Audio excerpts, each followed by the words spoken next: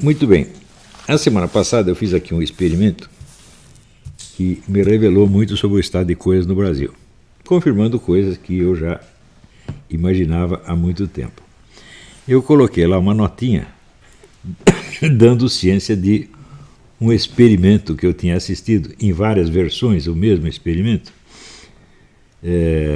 em páginas de terraplanistas, experimento no qual eles negavam o famoso argumento do navio que desaparece no horizonte. Quer dizer, alegados, vamos dizer, prova da esfericidade da Terra, é o fato de que o navio no horizonte ele vai desaparecendo, primeiro pela parte de baixo, no fim sobra só a parte do meio para cima do casco e no fim só o mastro, né? Eles fizeram experimento várias vezes, em vários lugares, todos com muito cuidado, especialmente os do site que eles chamam Terra Convexa, né? Fizeram várias vezes, fizeram no Lago Titicaca, no Rio de Janeiro. E o fato é o seguinte, o navio desaparece por efeito de refração, mas com um telescópio você consegue ainda observar que ele está lá, tá certo? E alegar a refração é o contrário, a refração faz desaparecer a parte de baixo. A parte de baixo aparece até em estrada, quando você está vendo o carro longe, some os pneus, depois some metade. Né? O sujeito fez também um experimento, ele andando num corredor, o sapato dele vai desaparecendo, e assim por diante, quer dizer, a coisa vai desaparecendo de baixo para cima. Lógico que isso aí é só um dos inumeráveis argumentos que pode ser posto em discussão. Não é isso? Então, se existe uma teoria qualquer, você tem inumeráveis argumentos e experimentos em favor dela, bom, você derrubar um deles não quer dizer que a situação está encerrada. E eu coloquei só isso, digo, olha, eu não entendo desse negócio de terra plana, não estudei isso, mas eu vi esse aqui e achei interessante e não achei nenhuma refutação efetiva. Tinha algumas tentativas de refutação, mas todas elas voltavam a usar o mesmo argumento que estava sendo ali discutido. Isso aí não vale, isso aí chama-se, em lógica, chama-se petição de princípio. Quer dizer, você toma como premissa aquilo mesmo que você está querendo demonstrar. É um erro lógico banal. Muita gente mandou, por exemplo, outros então... Bom, vários usavam argumentos clássicos também. Mas esses argumentos não estavam em discussão. Estava em discussão somente este problema do navio no horizonte. Eu falei, bom, vamos ver como é que o pessoal vai reagir a isso. Imediatamente surge uma discussão feroz, pró e contra a terra plana. Eu disse, mas eu não falei nada de terra plana, pô. Eu só falei de um experimento. Né? Esse experimento, somado a outros, e a uma infinidade de argumentos, pode levar, vamos dizer, a um argumento em favor da terra plana. Tá certo? Mas ele, por si mesmo, ainda não colocou, vamos dizer, a planicidade da Terra em discussão. Então, eu vi o seguinte, no Brasil as pessoas não leem o que está escrito. Isso já dizia o Cláudio Moura Castro, que tinha excelente coluna sobre educação na Veja. E o brasileiro não lê o que está escrito, ele lê aquilo que ele imagina que, no fundo, o autor quis dizer. E aparecia vários caras lá assim dizendo, não, confessa logo que você é terraplanista. Eu disse, mas como que eu vou confessar? Eu não sei se eu sou terraplanista, eu não sei nada a respeito desse assunto. Eu sou total ignorante nisso aqui, eu apenas vi uns vídeos e achei que esses vídeos, no tocante a este ponto do navio que desaparece no horizonte, estava certo e ninguém tinha refutado. Daí aparece um sujeito, dessa vez um terraplanista, dizendo, Olavo diz que a terra plana não pode ser refutada, é irrefutável. Eu falei, não falei nada disso, nem falei terra plana, muito bem que sou irrefutável. Eu falei, quem sou eu para entrar nesse assunto? Eu digo, se vocês querem discutir negócio de terra plana, vocês têm que discutir com os caras que se dedicam a isso, ou a favor ou contra. Dos que estão a favor, tinha lá o J. Martins e o Afonso de Vasconcelos Lopes. Esses entendem mesmo do assunto. E olha, discutir com eles não é fácil.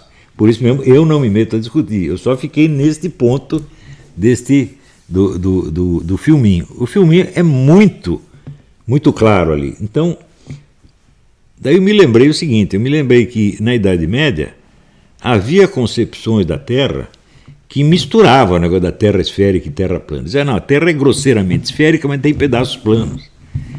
E isso aí desapareceu por volta de 1600 e foi substituído pela ideia da esfera completa, não é isso? Que é justamente o que está em discussão agora. Daí aparece os caras e falam, não, você é uma besta quadrada, porque Eratóstenes já demonstrou isso aí, não sei quando. Eu falei, Pô, você não sabe nem o nome do cara, você está misturando Eratóstenes com Aristóteles, pô. Né? E dá palpite. Daí aparece aquela besta do Felipe Feto, né? Dizendo, olha aqui a refutação, seu asno. E põe aquela foto da da NASA, né? Que é chamado Mármore Azul, né? Essa foto é totalmente fake. A NASA confessou que é fake, ela montou aquilo com pedacinhos de outras fotos. Aquilo não é uma foto da Terra. Ademais, a NASA, a credibilidade da NASA é mínima.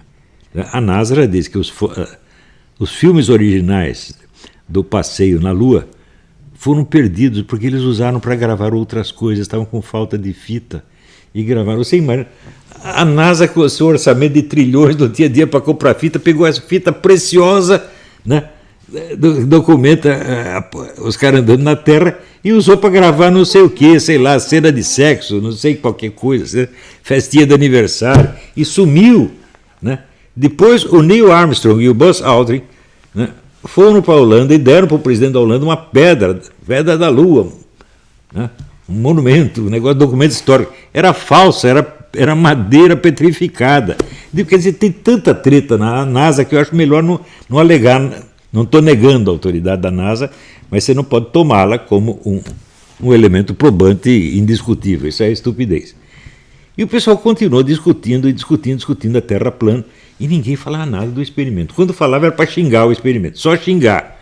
Não, isso é uma besta, o cara usou a máquina Nikon, não sei o quê, patati, patati. Meu Deus do céu, eu não consegui criar uma discussão sobre o ponto do qual eu estava falando. Criei discussão sobre milhões de coisas, né? Inclusive, eu agora disse alguma coisa sobre a NASA, mas nos posts eu não disse nada contra a NASA. Mas daí os caras já estão discutindo, não, isso é teoria da conspiração contra a NASA. Eu falo, mas eu não falei de NASA nenhum, agora que eu estou falando, pô. Né?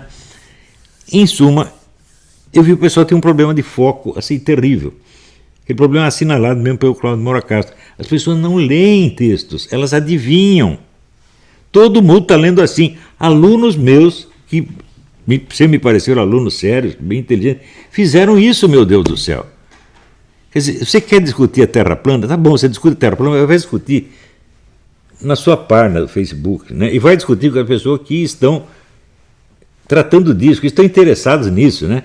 Eu só dei um exemplo de um vídeo que, por acaso, eu vi e que me pareceu bem difícil de refutar.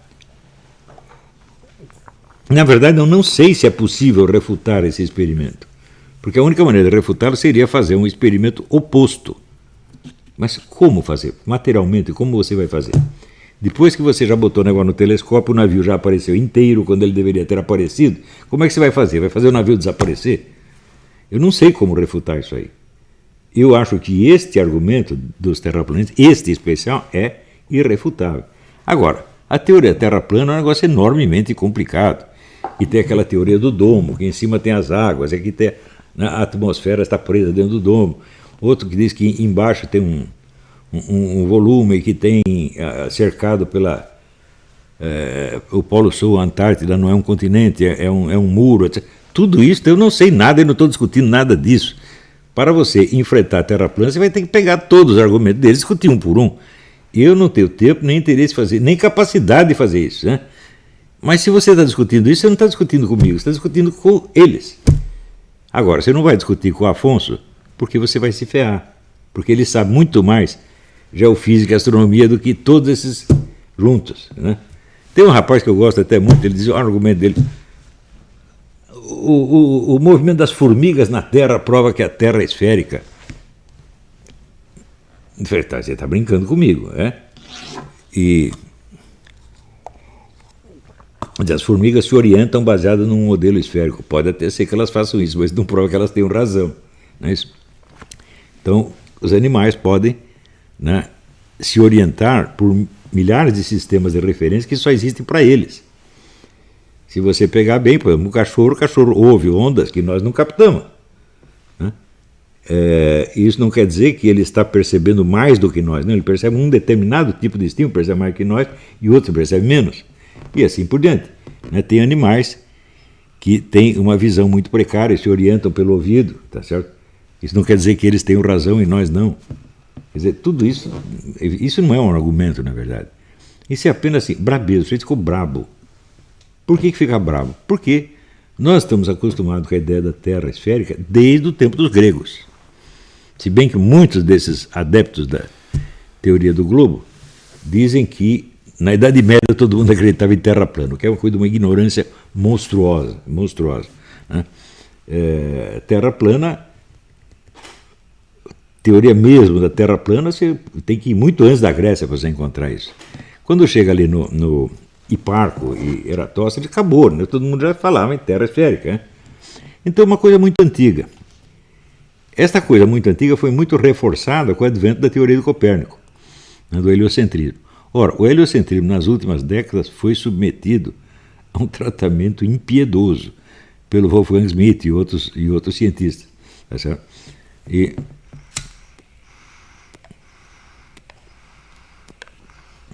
Então, evidentemente, se você adere à ideia da Terra plana, você vai também ficar contra o heliocentrismo, porque essa Terra plana só é concebível como estática. Então você tem uma Terra plana estática e tudo está girando em volta. Bom, este problema é infinitamente complicado e está muito acima da minha capacidade. Eu precisaria, se eu dedicasse pelo menos 2 anos da minha vida para isso, talvez eu tivesse uma conclusão. Mas é o tal negócio, as pessoas não estão discutindo o que eu disse, elas estão discutindo, vamos dizer, as imagens que por associação de ideias elas ligaram com aquilo. Mas isso não é leitura, isso é analfabetismo funcional gravíssimo. Quer dizer, você não tem a apreensão do sentido específico do que está escrito. Você só pega coisas parecidas, análogas, às vezes longínquamente análogas. Ora, eu vejo que no Brasil, tudo que se escreve a meu respeito, na mídia, é tudo assim. A gente não vê o que eu disse e o que eu fiz. Ele associa com alguma coisa. E essa coisa para ele é a realidade. Loucura, loucura mesmo. Baseada assim, em pessoas que não lê o que está escrito. Lê aquilo que se passa na imaginação dela. Né? Quando ela lê aquelas coisas, passa uma série de imagens e ela acredita nessa imagem. E agora, com o negócio da Terra plana, não falei nada de Terra plana. A expressão Terra plana nem apareceu. Eu disse, olha, eu vi esse experimento que mostra as águas planas, a planicidade da superfície da água. E pronto, virei não apenas um terraplanista, mas virei o chefe da escola terraplanista no Brasil. E está um monte de gente escrevendo sobre isso na mídia. Mas que são loucos mesmo, né? Agora, os meus livros esses caras não leem, nem têm capacidade. Né? Daí,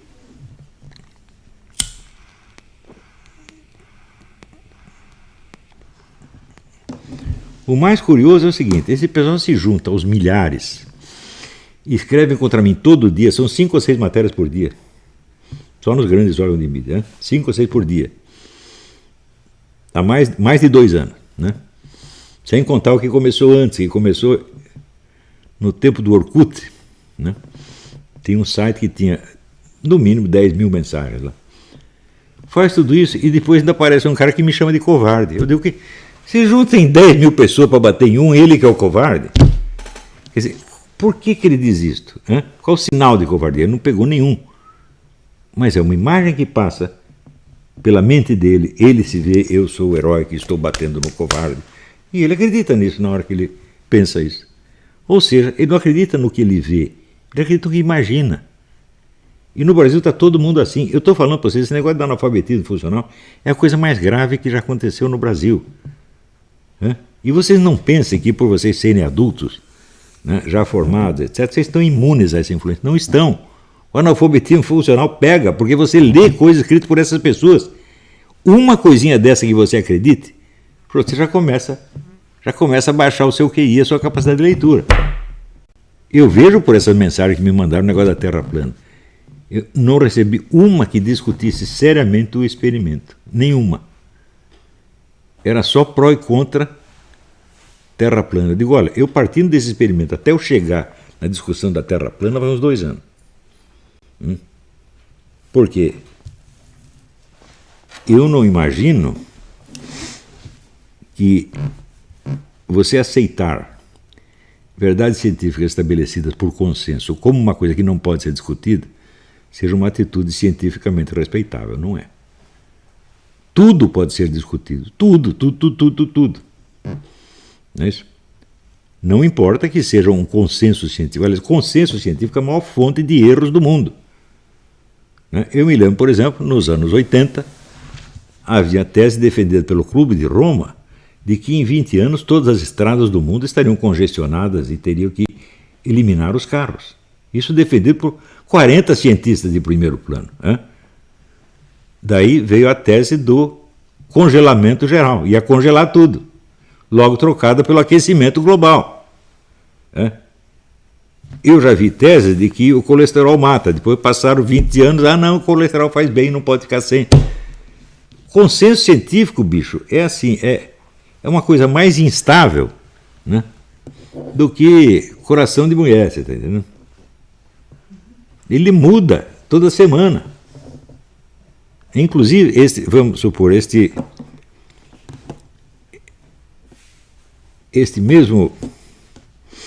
nesta mesma questão, vamos dizer, de terraplanismo e globismo, eu chamo de globismo, eles chamam de globalismo, que é errado, globalismo é outra coisa, né? Esse consenso já mudou inúmeras vezes.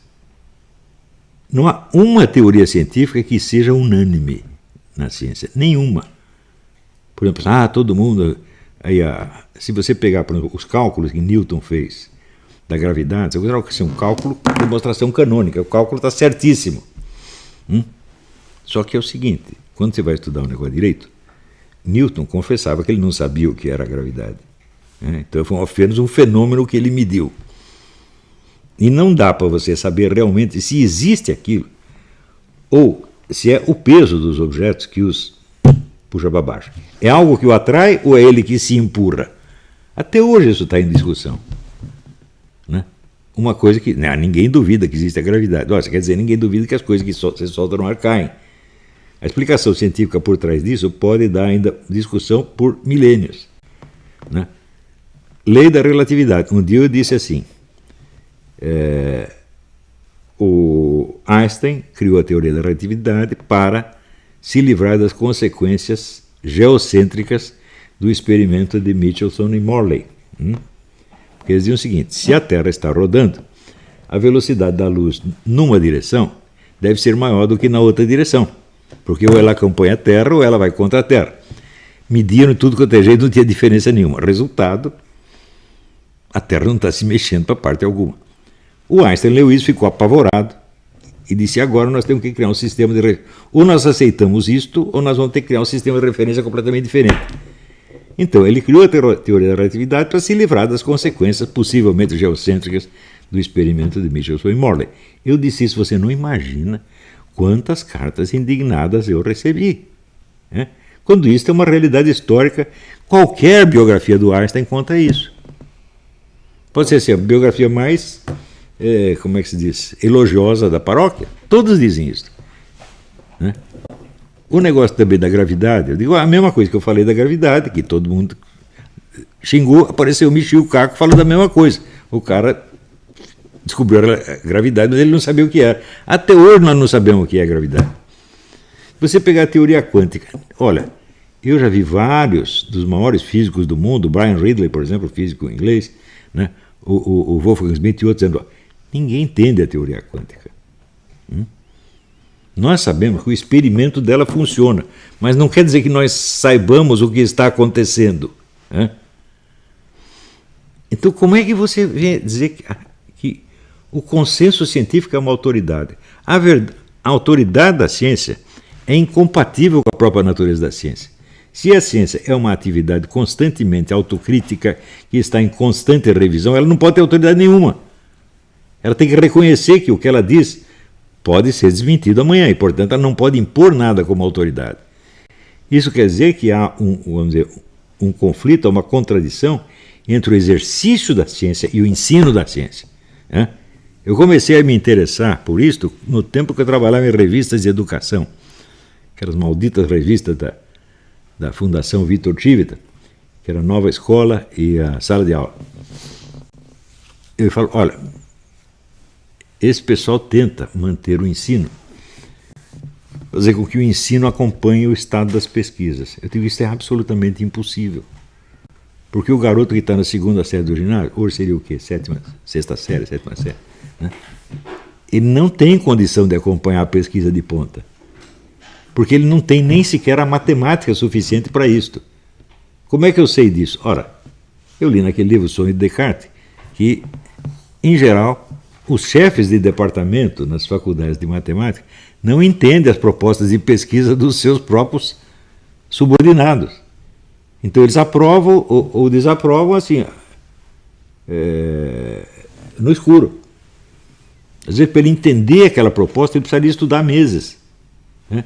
Então isso quer dizer, por um lado, que a matemática já está 200 anos avançada em relação à física que a utiliza. Essa é a primeira coisa. Em segundo lugar, a própria física, a própria matemática é utilizada nas ciências, ultrapassa a capacidade de um aluno de ginásio. Senão não haveria faculdade de matemática, meu Deus do céu.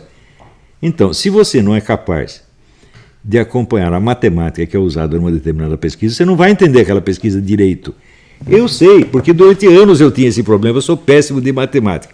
Para compensar, eu tenho um irmão que é um gênio matemático, né? Deus escreve direito por linhas tortas. Então, tudo que eu não entendia, eu pedia para ele me explicava, né? Mas nem todo mundo tem um irmão desse em casa, né? Então, tem gente que está aí usando como argumento a autoridade do consciência científico, sem poder ter sequer o domínio matemático do assunto que ele está discutindo. Então, o que custa confessar? Eu não tenho conhecimento, não tenho treino matemático para entender isso aqui. Então, eu confio mais ou menos no que me dizem, mas não quer dizer que isso seja uma autoridade. Isso é apenas uma sugestão. Ora, eu estou aqui ensinando faz anos, tentando desenvolver nas pessoas este senso, vamos dizer, da humildade investigativa. E não consigo.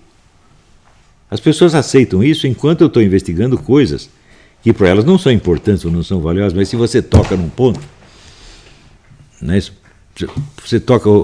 Vamos dizer, por que você não pode colocar em dúvida? Por que eu, como católico, não posso colocar em dúvida os dogmas da minha religião? Eu tenho que fazer isso. Por quê? Se você não duvida de uma tese, você não a entende. A mente humana só funciona por dialética, por oposição, né? Então, como é que, vamos dizer, você pega o maior santo católico, Santo Tomás de Aquino, Santo Agostinho, como é que eles entendiam o negócio? Ué, entendiam tentando refutar, meu Deus do céu. Agora, não pode fazer isso, porque o seu fulano, o pastor, o padre, o bispo, o cardeal, não quer. Ou porque você fica com medo daquilo, né? Ora, a dúvida faz parte inerentemente da dialética da fé, né? Ora, a fé, dizia São Paulo, é a crença nas verdades que você ainda não viu, né? Então você não viu, você está sabendo só por adivinhação.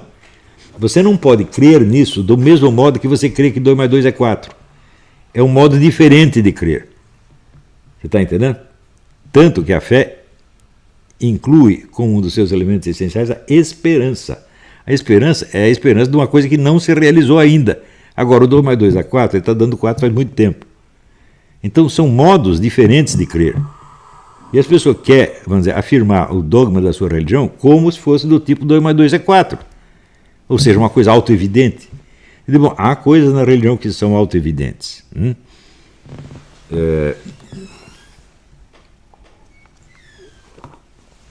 Por exemplo, que Deus é infinito e onipotente. Claro, se ele não for infinito e onipotente, ele não é Deus. Foi só parte da própria definição. Mas tem coisas que não são autoevidentes. As promessas de Jesus não são autoevidentes. Você acredita nelas por causa da confiabilidade de quem fez a promessa. Agora, a verdade de uma promessa é diferente da verdade de uma afirmação ontológica, né? O que Jesus disse, eu vou fazer tal coisa assim, assim, você crê porque foi ele que disse, e não porque você está vendo. Você não está vendo. Se você estivesse vendo, a coisa já estaria feita e não seria uma proposta. Veja, a capacidade que você tem o Eugen Rosenstock, você tem páginas maravilhosas sobre esta capacidade de prometer, que é apenas humana. Nenhum bicho faz promessa, né? Nenhum bicho compra a crédito, né? Nenhum bicho promete que vai casar com a mocinha. Ou ele casa ou ele não casa. Agora o ser humano não, eu vou casar com você o ano que vem. No ano que vem já está com a outra e ponto, esqueceu, né? Então, então, a capacidade de prometer, quer dizer, é a verdade do futuro, né? Então, existem, vamos dizer, três verdades estão consagradas na Bíblia, quer dizer, a verdade do passado, a verdade do presente perpétuo, como os da matemática, 2 mais 2 é 4, e a verdade do futuro, né? No último dia eu virei buscar você, como diz Jesus, não é assim? Essas três verdades são completamente diferentes, não tem jeito de você captar uma pelo modo que capta a outra. Então, quando eu vejo, por exemplo, pessoas argumentando em favor da sua fé, nos mesmos termos com que argumentaria baseado num consenso científico, estou fazendo um duplo erro. Primeiro, que essa lógica não se aplica a esse tipo de coisa, e segundo, quem diz que o consenso científico tem uma autoridade de tipo divino. Na verdade, para mim, no meu entender, pela minha experiência, o consenso científico não tem experiência, não tem autoridade nenhuma. A autoridade científica é incompatível com a natureza da ciência. Se a ciência é uma atividade permanentemente de autorrevisão e autocrítica, ela nada pode afirmar como verdade definitiva. Tudo ela tem que dizer, olha, parece que é assim. Até o momento, pelo que observamos, parece que é assim. Isto é o máximo que qualquer ciência pode dizer, a não ser ciências puramente formais, como a própria matemática ou a lógica, ou a metafísica. Mas essas ciências não estão falando de nenhuma realidade concreta, estão falando apenas da estrutura da realidade. A estrutura da realidade não é uma realidade, ela não é um fato. Houve um aluno meu, muito prezado, eu gosto muito dele, ele falou, não, aqui você não pode negar a estrutura da realidade. Fala, nenhuma lei física faz parte da estrutura da realidade. Uma lei física pode expressar um fato, e o fato está dentro da realidade. O que está dentro da realidade não pode ser a estrutura da realidade, meu Deus do céu. A estrutura transcende a realidade. A estrutura da realidade é, na verdade, a estrutura do possível. Quando você diz uma coisa não pode ser e não ser ao mesmo tempo, isso é um preceito metafísico, está expressando que é uma impossibilidade absoluta. Não é isso? Mas quando você vê uma impossibilidade real, como por exemplo a impossibilidade de um burro voar, ela é impossibilidade absoluta? Fala, não, ela é relativa. Vamos dizer, o burro, nessas condições terrestres, etc., não pode voar. Talvez num outro mundo ele pudesse. Não há uma autocontradição na ideia do burro voador. Há uma contradição com as condições externas. Do mesmo modo como no caso da Terra esférica, não há contradição metafísica numa Terra em formato de disco, de panqueca, de bolinho de aniversário. Não há, pode haver contradição com os fatos, né? Isso contradiz os fatos observados, mas dizer, não, isso contradiz a estrutura da realidade. Fala, não, meu, você sempre foi um cara inteligente ainda. Não diga uma coisa dessa.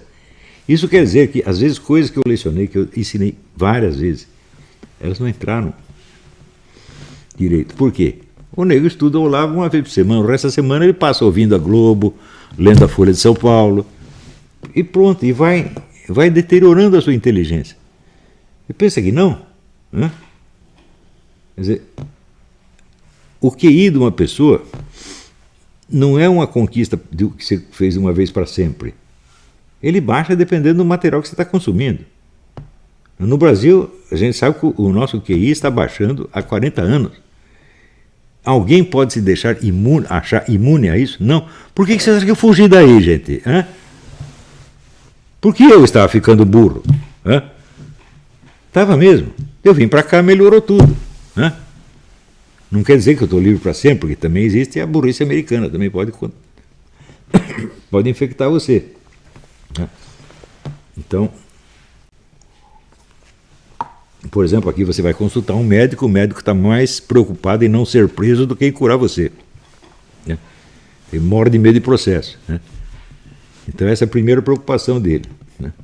O primeiro exame que ele faz é de ordem jurídica, não médica.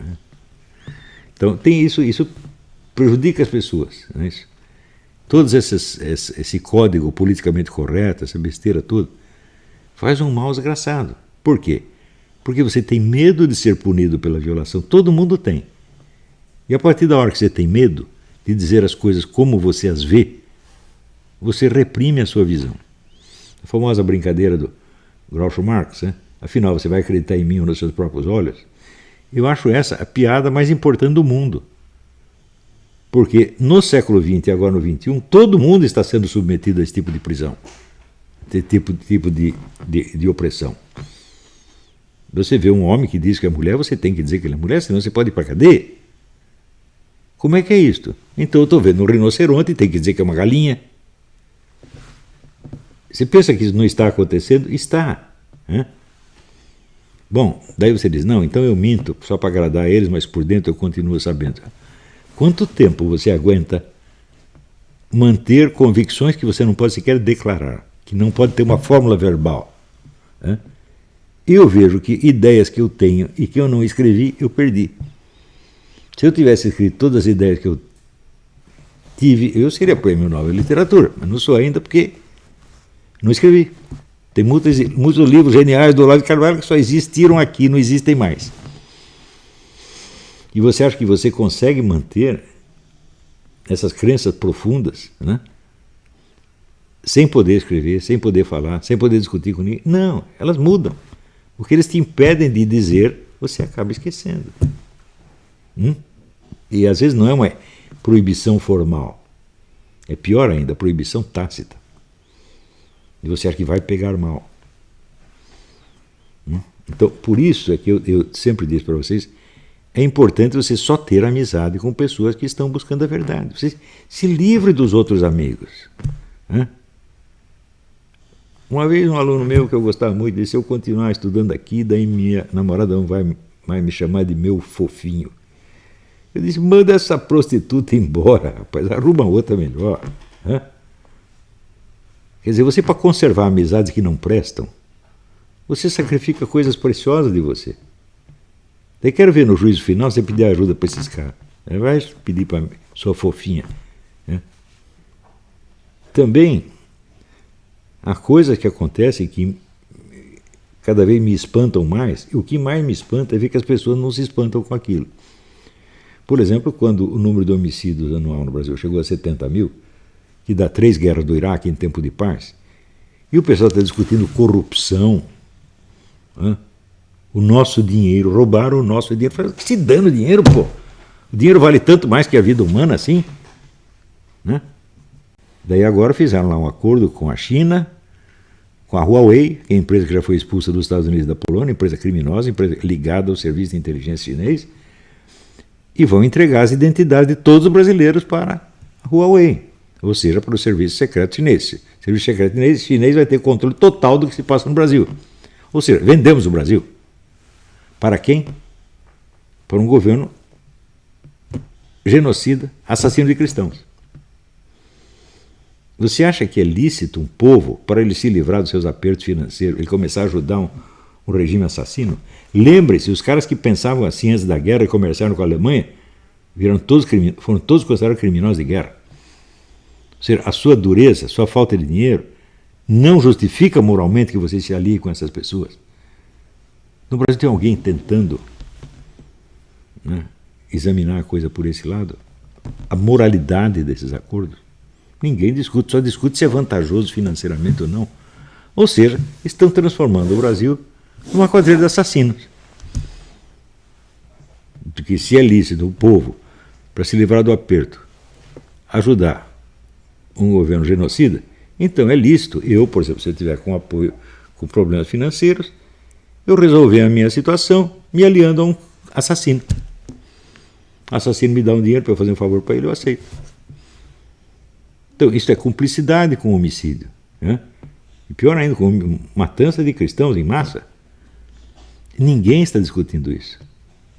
Agora os caras discutem qualquer coisa.